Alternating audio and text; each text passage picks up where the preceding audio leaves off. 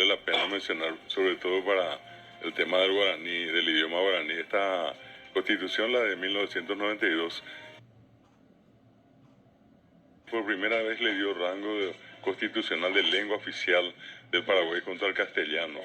Hay dos artículos, el artículo 140, que habla de los idiomas oficiales, el español y el guaraní, guaraní y español, y por el otro lado el artículo 77, que garantiza la enseñanza en la lengua materna de los niños inicialmente, para luego aprender la otra y otras lenguas que también pueda aprender a lo largo de su formación en las escuelas y colegios. Ese dato creo que es importante.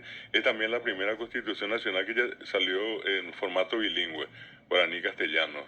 Dato importante con respecto a la anterior Constitución, donde el guaraní fue reconocido como lengua nacional. Conste que el pedido, liderado entonces por el doctor Reinaldo de Cula Rosa, era de que también sea reconocido como idioma oficial, pero por una mayoría se decidió que sea lengua nacional. Y a partir de la Constitución del 67, esta, la del 92, por fin le dio rango de lengua oficial al Oficial. guaraní.